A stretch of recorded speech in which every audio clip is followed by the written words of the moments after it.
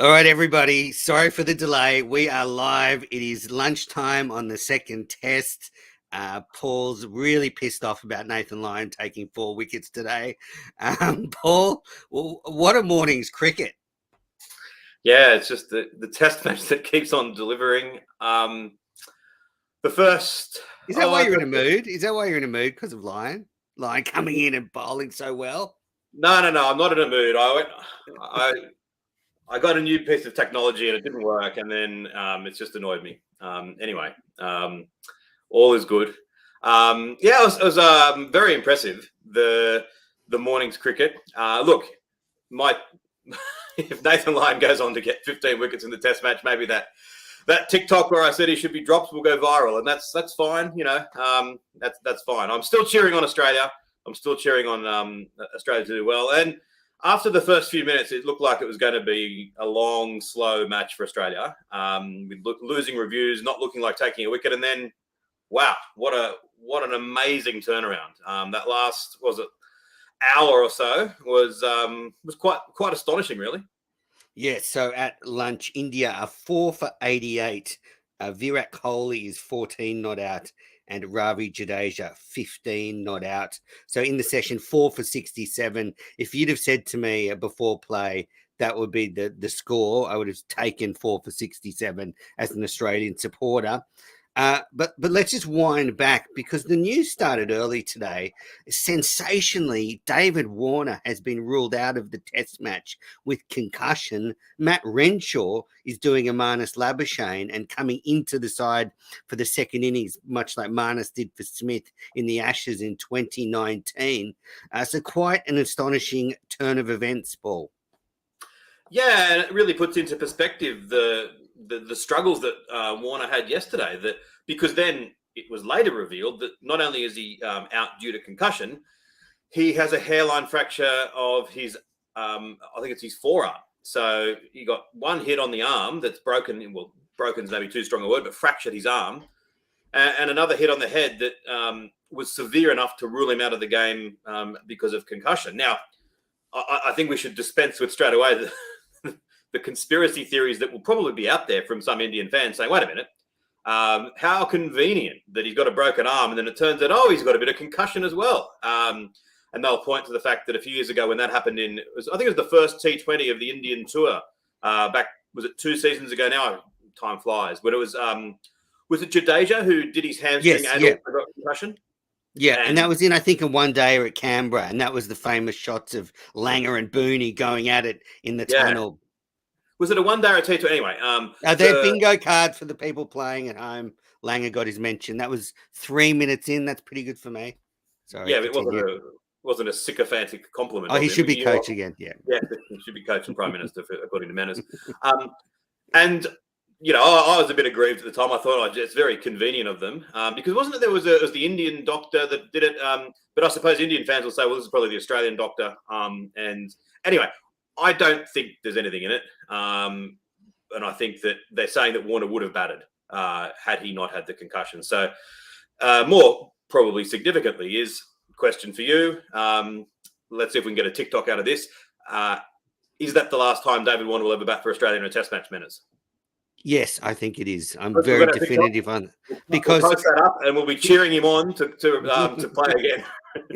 Because I think the hairline fracture might keep him out of the next test anyway. He won't go into it with a broken arm, and they won't bring him back for the last test. And then I just don't think the Australian selectors will take him to the Ashes with his poor run of form. So I actually think this is the end of a glittering test career, a sort of ignominious end to him. He's going off as a concussion sub.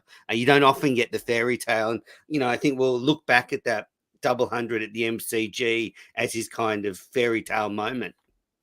I've got another mention of Justin Langer. Tim Lane used the word ignominious during the Australian summer and Justin Langer in commentary said, "What's that word? Ignominious?" And it was explained to him, but he still couldn't get it. I think ignominious is slightly strong, but it was certainly a disappointing way if that is to be the end of his career. Hopefully it's not, but I'm probably leaning towards you and saying maybe it's more likely that it is the end than not.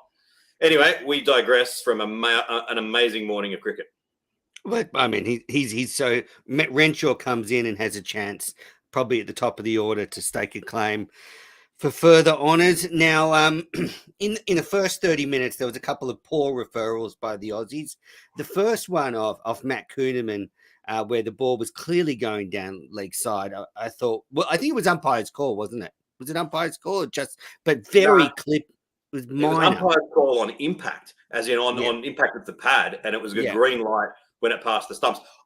We did so many reviews. I've had to write down notes so that I can refer to them during this. But yeah, that was a bad review. It never looked out. I don't know why they bothered reviewing that. That was a Tim Payne era style review. Yeah. So that was the first one. Then there was one of Pat Cummins where they thought there was an inside edge on to Pad and balloon to Smith. So that wasn't a good review either. That was one of those ones where it's almost like a bet each way. Like there was a feeling of, oh, he must have got a nick on that, or was it LBW? Oh, there must be something. And at that stage, Australia hadn't taken a wicket. We're thinking maybe we won't take a wicket again in the series. And they were feeling like, come on, something's got to happen.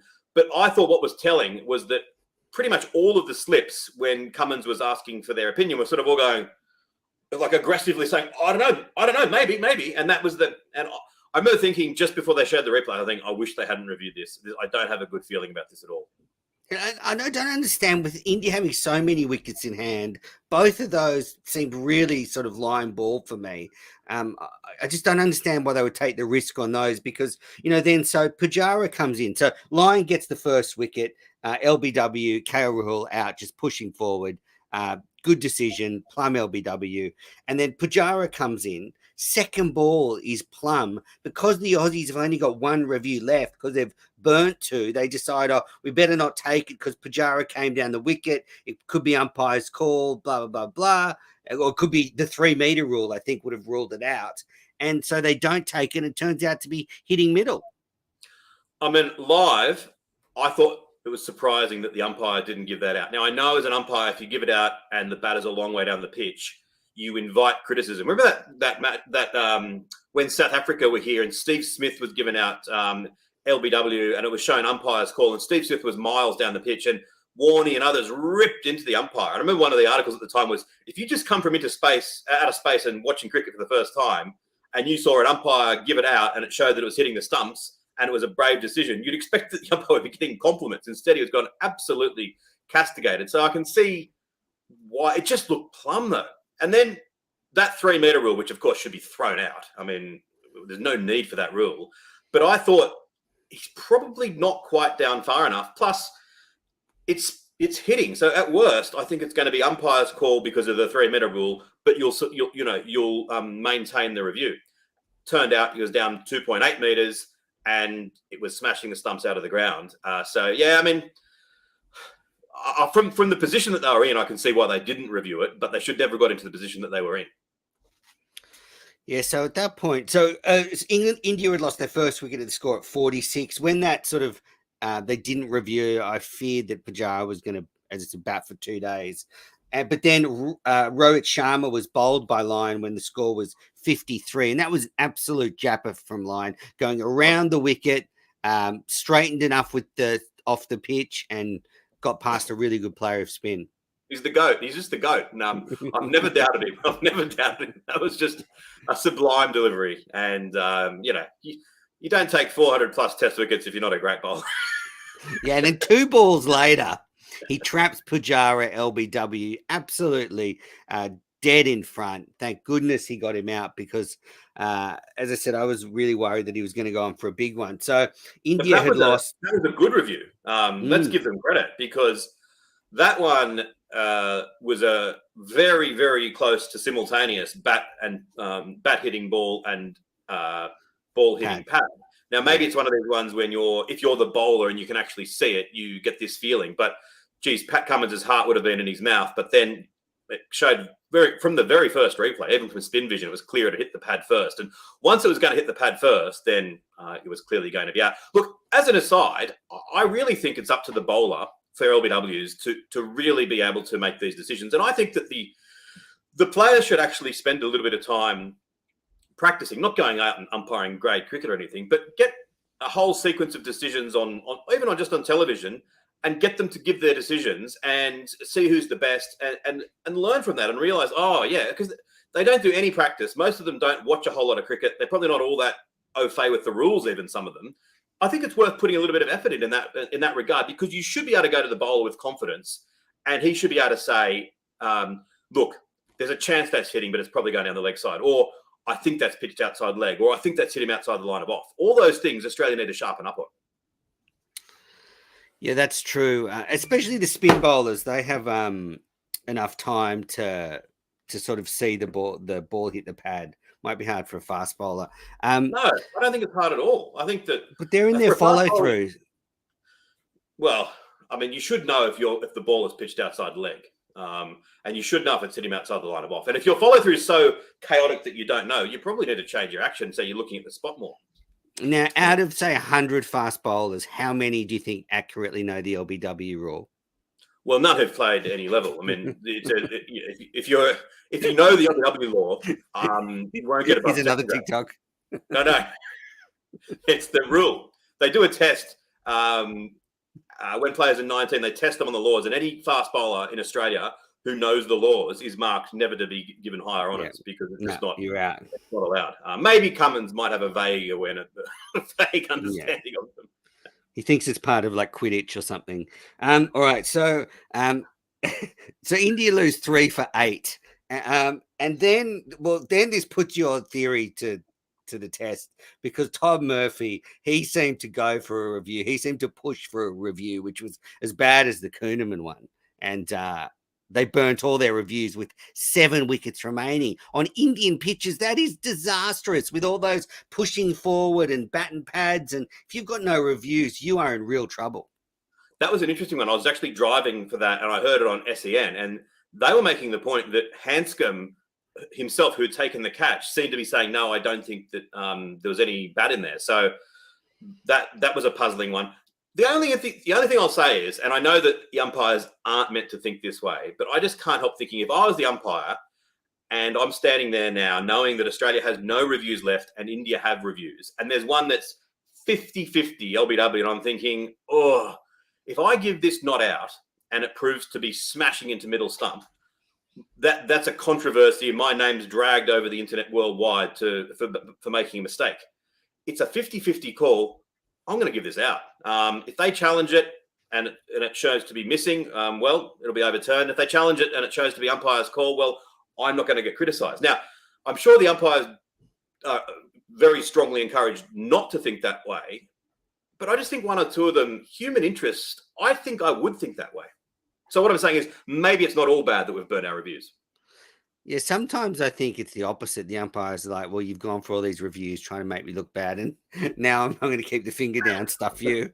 No, I think that's maybe how you would think if you were an umpire. But I think you've got to look at self-interest. And you, as an umpire, you don't want to give it not out, turns out to be plum, and then the bloke goes on and gets 200 and you look like an idiot. So, I don't know. I've heard other people can I bring up Birmingham? No, not Birmingham.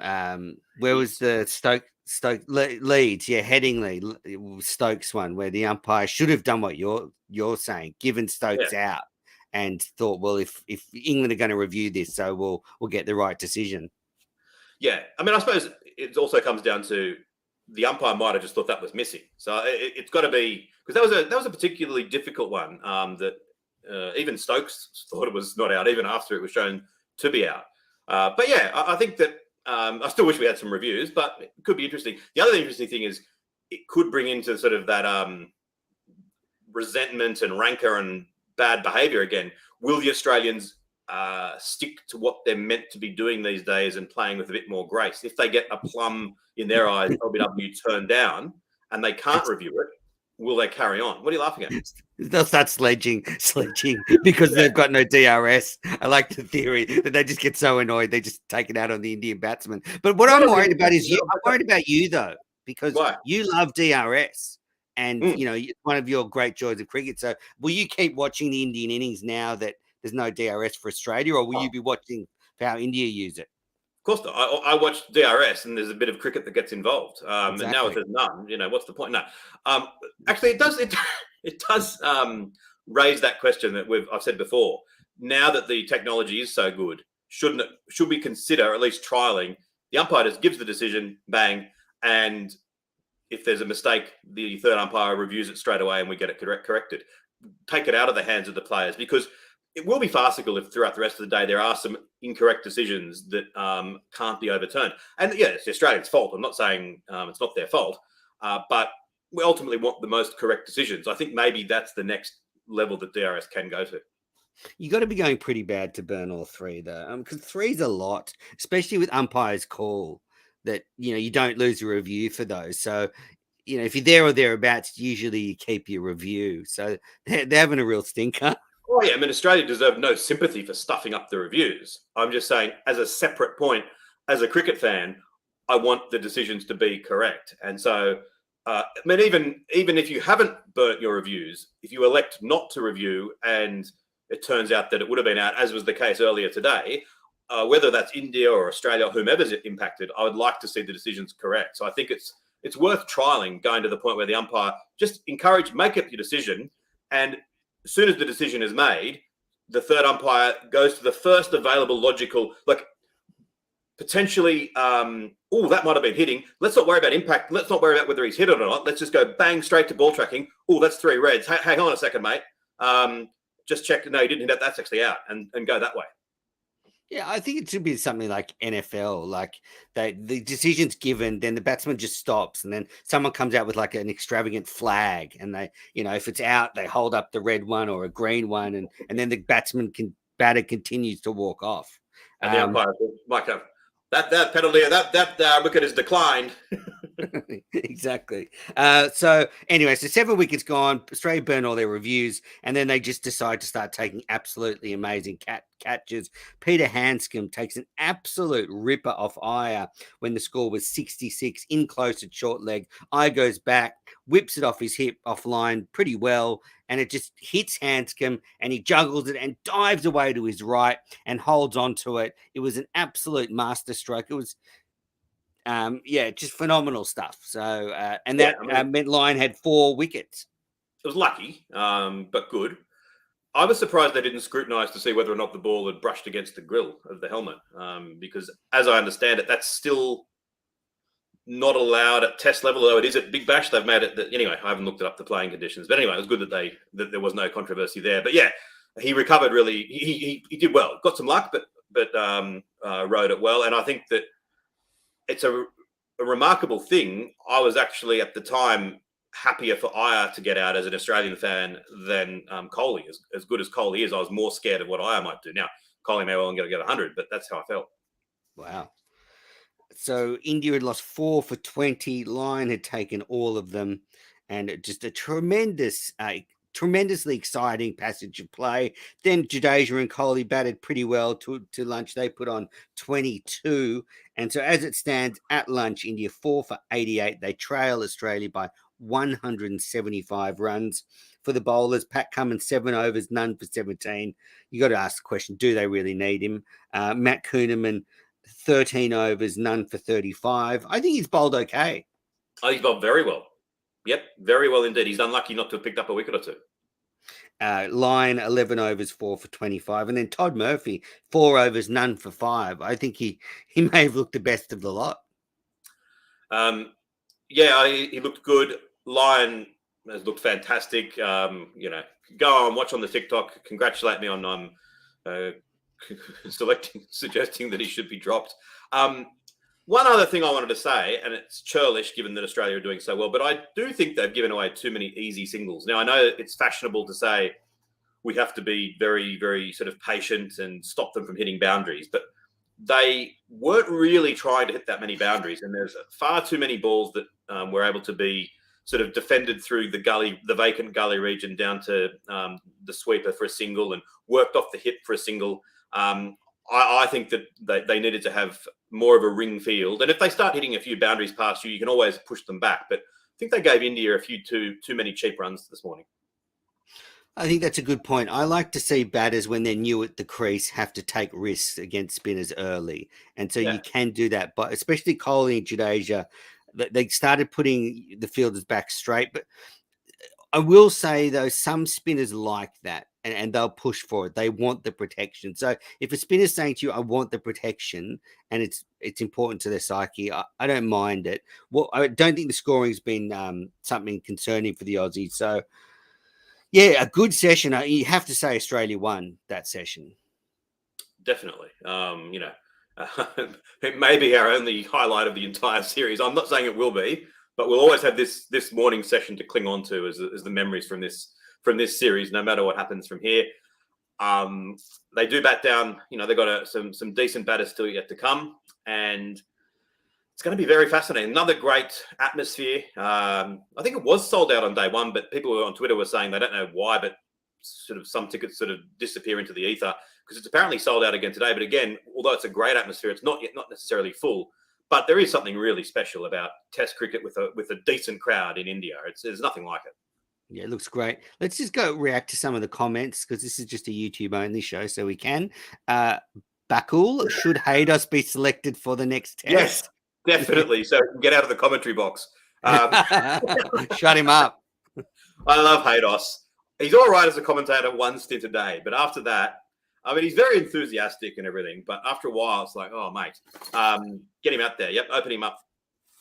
There is some. If Green comes back for the next test, then they could actually shift someone like Head to open with Khawaja and put Green in there because I think that'd be a good option. All right, is it Zarp 18? Time for Kohli to step up. Now, what is it? Since 2019, he hasn't scored a Test century, so he's not just time for step up; he's overdue. Yeah, it is strange looking at him, and he still gets the cheers from the crowd, and he's still got an aura about him, but he doesn't quite have the aura of 3 or 4 years ago when he was captain in all 3 formats and he was like just the biggest thing going around. It's Rohit Sharma in many ways has almost kind of equaled up with the aura that he's got, I reckon. That's a big call. So he's due, absolutely. This is an interesting one from Krishna Srinivasan. They sell 5-day tickets as a bundle. That's why some days, some seats are empty. There's no 1-day tickets. Now, this is making me quite nostalgic because Cricket Australia long abandoned this ploy. But, I used to buy 5-day tickets when I was sort of growing up, and it was fantastic. You just get a pass for the whole match. But I do think it's silly not to sell some tickets to certain days. Sonny, because I got a question on TikTok, on Twitter last night. Why, in a country of 1.4 billion people who love cricket, aren't these games sold out? And that's on the back of the first day of the Delhi crowd being regarded as one of the best Delhi crowds in a long time and a fantastic atmosphere. And I was sort of making the point, based on some of my knowledge and some of what Gav had said, that the amenities aren't always great. It's often not so much Delhi, but other stadiums are often a long way out of town. Security is ridiculous. I mean, you're not even allowed to bring food into the stadium. And I think that's ridiculous. Like, you've got to go out of your way to make it a little bit easier for the patrons. And I actually said, I often don't think they sell single-day tickets. They only sell 5-day tickets. Someone on Twitter said, no, for this match, they are selling single-day tickets. So maybe Krishna knows. But it's great to sell a 5-day pass for those who want it, but they should be very much the minimum. It is ridiculous to not be able to buy a 1-day pass. I mean, that's crazy. And I don't understand why they ever do that in India. Like, you're forced to buy a 5-day pass. That's just, how many fans are you alienating as a result of that? Now, this is a good one. This is from Mr. Day. No, we don't have any conspiracy theory regarding Renshaw coming in for Warner, most probably because it doesn't matter. I mean, I like that confidence. He's probably right. But surely you can separate the two. Whether Renshaw gets a duck or 100, I mean, it's either a conspiracy or it's not. But yeah, it's a very that's the comment of someone who's very confident the Border Gavaskar Trophy is going to remain in India, which it probably will. Now, here's a good question from Scott Martin. Has Agar's cards been marked forever now? Now, we spoke in our post-play podcast wrap about the comments that Tony Donner had made. And it was interesting. I heard Hay and Lawler talking on their show that it was quite unprecedented for a selector to hold a press conference before a day's test. and it didn't quite strike me at the time, but it is unusual for a selector at 8:45 before a test hold a press conference to explain the team. It just shows maybe they're feeling the pressure after that first test where they got smashed for dropping head. But he said that the reason Agar's been leapfrogged by Kuhnemann is he's just not bowling great with the red ball in the nets. So if they're just going on red ball net form, that's fair enough. Yeah. I mean, I don't think his card has been marked per se, and obviously, no, not at all. Test matches, so he's a chance. But if you're not going to get picked in a match where you have been brought over specifically to play a significant role, and we pick 3 spinners, it doesn't really bode very well for his Test future, I must say. No, but I wouldn't say his cards are marked. He's too young. We often see spinners really mature in their 30s. So, I think he's only late 20s. We forget he was so young when he made his Test debut in 2013. Wasn't he 18? 18 or 19. So he's not even in his 30s yet. So, no, certainly plenty of time for him to turn it around. Having said that, you think he'll ever play another Test match? I don't. I'm leaning no. I'm leaning like Warner. Nope, no way. But I just don't think his cards are marked. No, cool. Yeah. Well, they're all the main comments. Thanks everyone for watching live. I mean, I guess another big session. What sort of do Australia need a lead here, or because India have to bat last, do they just kind of need to keep it roughly parity? If India don't get too far ahead, then they're still in the game. It's funny. I think if it was any other opponent than India, we'd be sort of saying, all right, how big is Australia's lead going to be? We've got them 4 for 88. Can we roll them for 150 and have a lead of 110? But I think, I don't know about you, but I'm so kind of nervous about the Australians over there. If you offered me India getting bowled out with India having a lead of 50 right now, I'd probably still take that. I agree. I mean, I really think we're going to see one of these players, Kohli, Jadeja, Barrett, or Patel, make a big score, and the tail, Ashwin. Well, they can be annoying.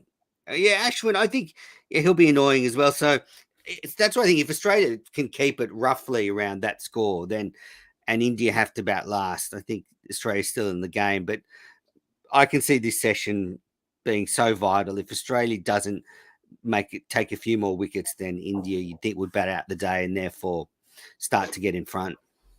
I think we feel the same way, but I think a neutral would say, no, Australia's going to get a first innings lead. You're on top. You've broken the back of the innings. It's all good. Maybe that's the truth. It's just we're a bit too invested in it to be able to say that, and we're nervous about saying, oh yeah, Australia's going to run through them, and then we're doing tomorrow's lunchtime update, and India will be still 88 at the end of their score, and it'll be 4 for 388. Yeah, by the end of play today, Lions taken all 10 wickets. You've closed all your social media accounts. Australia have a big lead.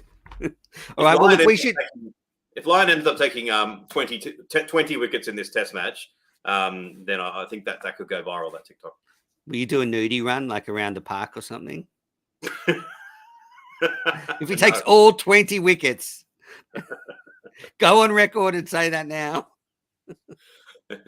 You won't even say it because you're nervous it could happen. He's bowling so well. I'm nervous it could happen. Yep. All right. Well, look, I think they're about to come out to start day 2. So thanks everybody for watching our live at lunchtime show. Don't forget, we do audio only podcast reviews of the whole day after play. So go on to your favorite podcast app and search Cricket Unfiltered, and you can catch up with our end of day reviews. All right. Thanks everybody for watching, and we'll be back hopefully tomorrow with another wrap of the play.